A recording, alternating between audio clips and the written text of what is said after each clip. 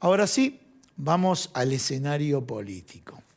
A ver, desde la última vez que te convocamos acá, ¿podemos seguir hablando de los 3/3 o, si querés, los 4/4 en el análisis político?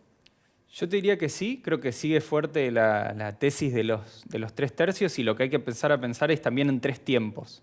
A ver, o sea, me agregás 3 tiempos. Claro, porque por un es lado una pelea de boxeo a 3 tiempos. A 3 tiempos. Vamos a tener... Tenemos tres rounds, ¿no? Exactamente. Ya se terminó de definir que efectivamente va a haber PASO, o sea, va a haber competencias internas, con lo cual las PASO van a tener que van a significar un momento de la campaña particular, porque cada candidato va a estar discutiendo no solamente con el candidato que tiene enfrente, o sea, los que están por fuera del espacio, sino también con su propia interna.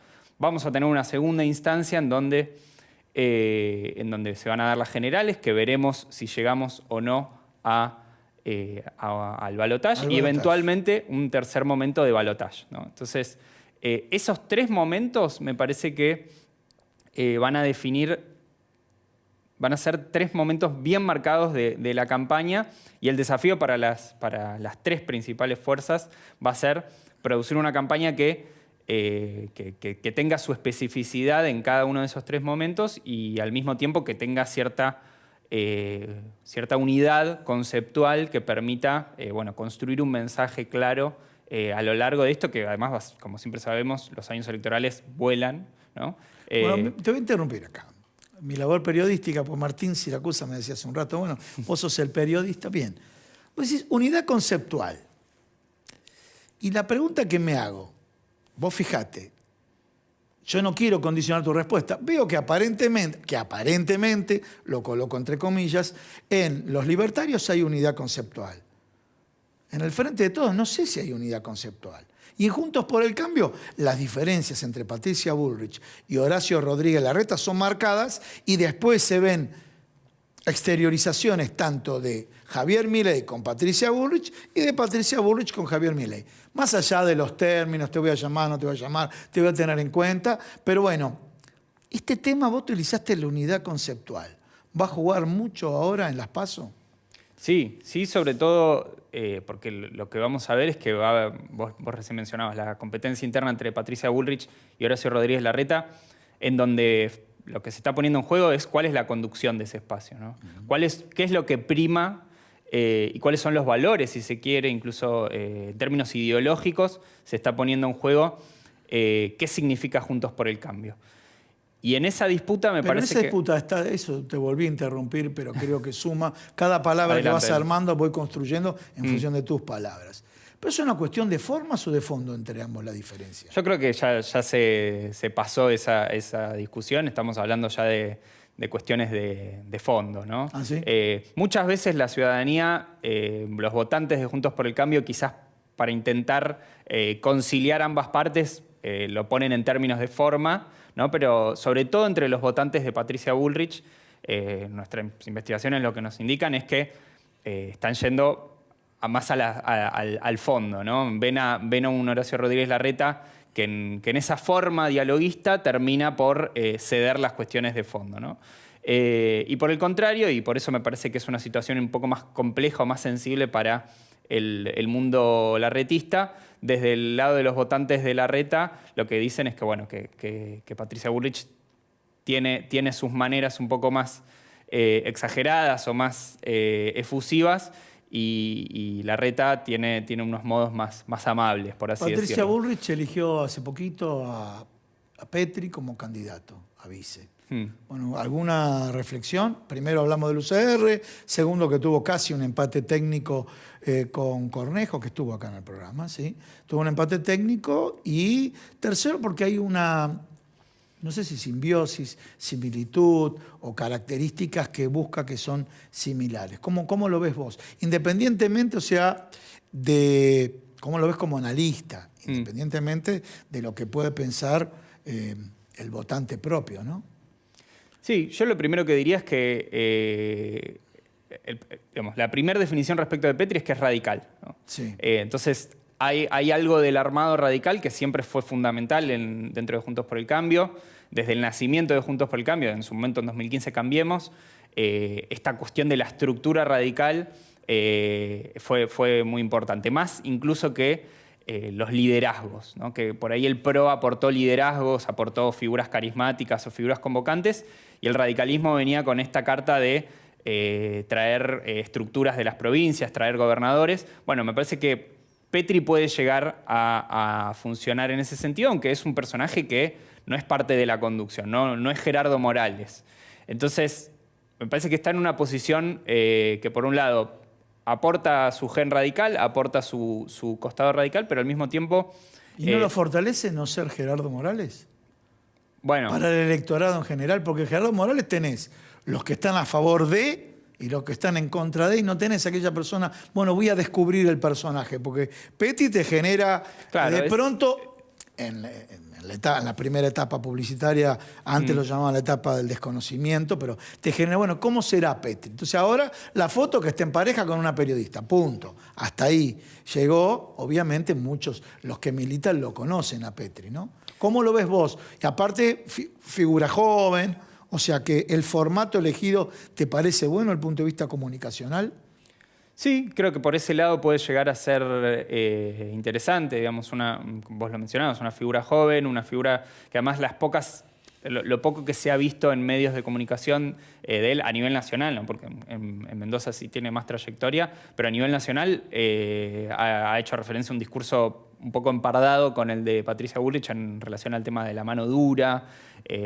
Ha hecho mención a Bukele, ¿no? como una figura que le resulta interesante. Entonces, me parece que hay un cierto empardamiento con la figura de Patricia Bullrich que habrá que ver cómo maridan, ¿no? Pero en principio me parece que por un lado tenemos el factor radical que es interesante y también el factor juventud o desconocimiento que puede llegar a jugarle a favor.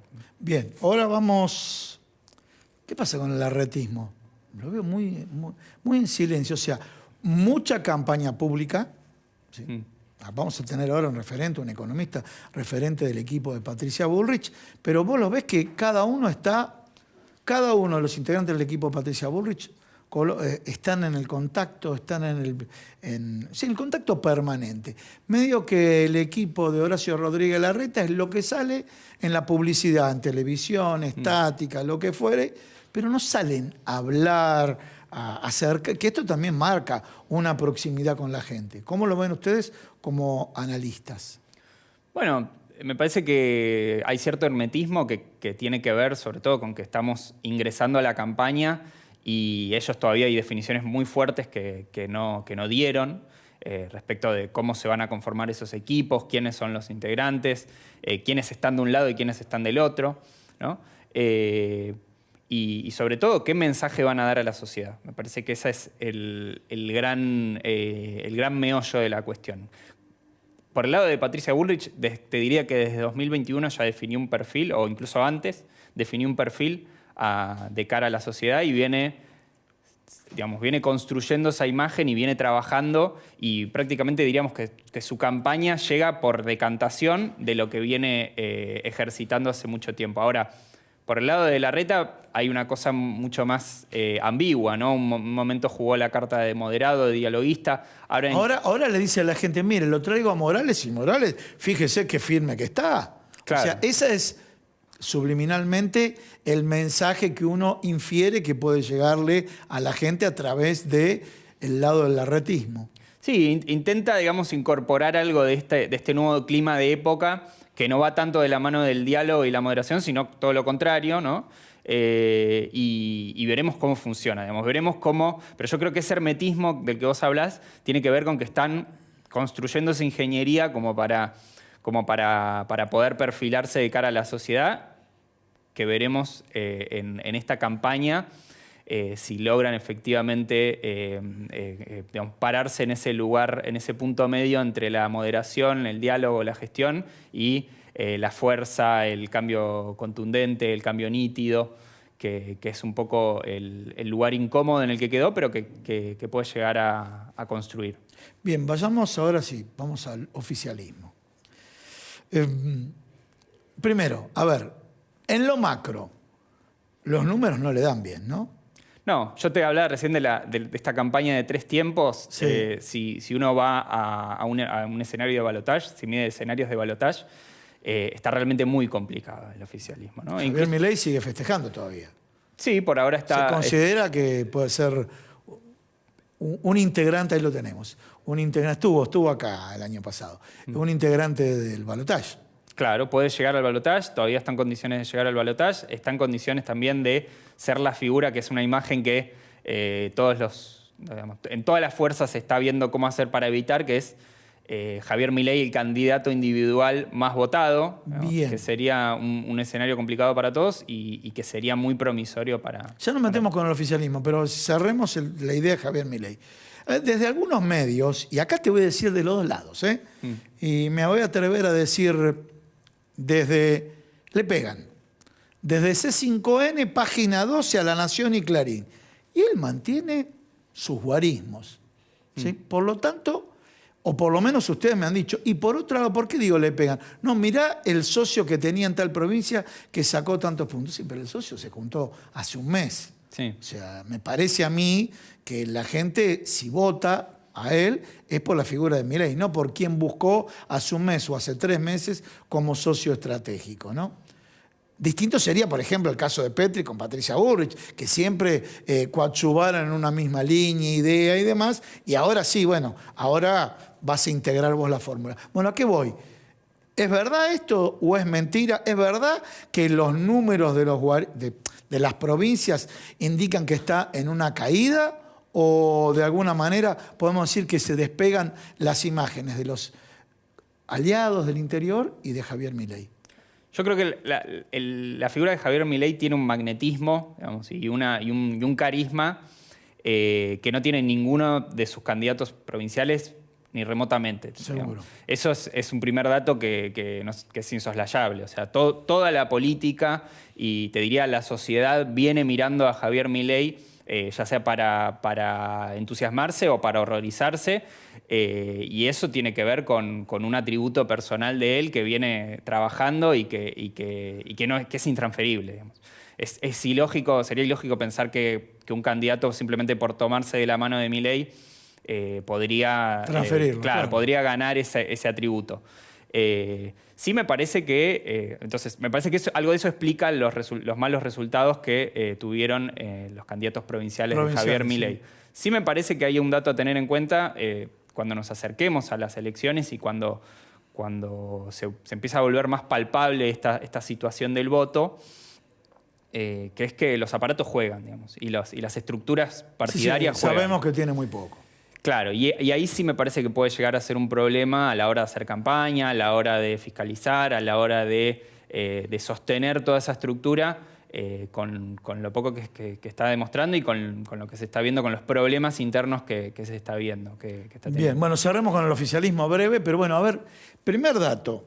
Bueno, hay una prevalencia de la cámpora, ¿no? En el armado de la fórmula, y hay una prevalencia de Cristina Fernández de Kirchner, o el kirchnerismo, o el cristianismo propiamente dicho, ¿no? ¿Cómo ves, si lo tratamos de ver desde lejos, ¿no? El tema del peronismo, o la Liga de Gobernadores, como lo llamaban, ¿no? ¿Cómo estás viendo eso vos? Bueno, quiero decir, muy endogámico, muy mirándose adentro, muy Cristina, bueno, yo te voy a decir quién va a ser y se hace lo que yo digo. No lo llevaría en esos términos. Sí me parece que hay una realidad, que es que durante todos estos 4 años de gestión vimos esta disputa entre albertismo y kirchnerismo y quién aportaba más votos y demás, que hoy en día se resuelve prácticamente en su totalidad en favor del kirchnerismo. O sea, se fue reduciendo la torta de votos de ese 48% que se sacó en 2019. Seguramente vaya a estar muy por debajo de esa performance. E incluso te diría, dentro de ese porcentaje, amplió el porcentaje de votos que son propios de Cristina, ¿no? Cristina sigue siendo al interior del porcentaje de eso que saca al frente de todos. O sea, se perdieron los blandos, si se quiere, que se ganaron en 2019, y se retienen el núcleo duro, ¿no? Ese núcleo bien peronista que se sostiene. Por eso me parece que también la apuesta de jugar con Guado de Pedro va por ese lado, por contener el núcleo duro y después vemos qué hacemos más adelante. Vos dijiste, y después vemos qué hacemos. Exactamente. Lo cual es como táctica para no sé para qué estrategia. Tal vez la estrategia es la de supervivencia o es una estrategia de repliegue en la provincia de Buenos Aires. Eso también es una hipótesis sí, posible. esa puede ser una táctica para la estrategia de repliegue, nada más. Muchísimas gracias, Pedro. A vos, Gustavo. Muy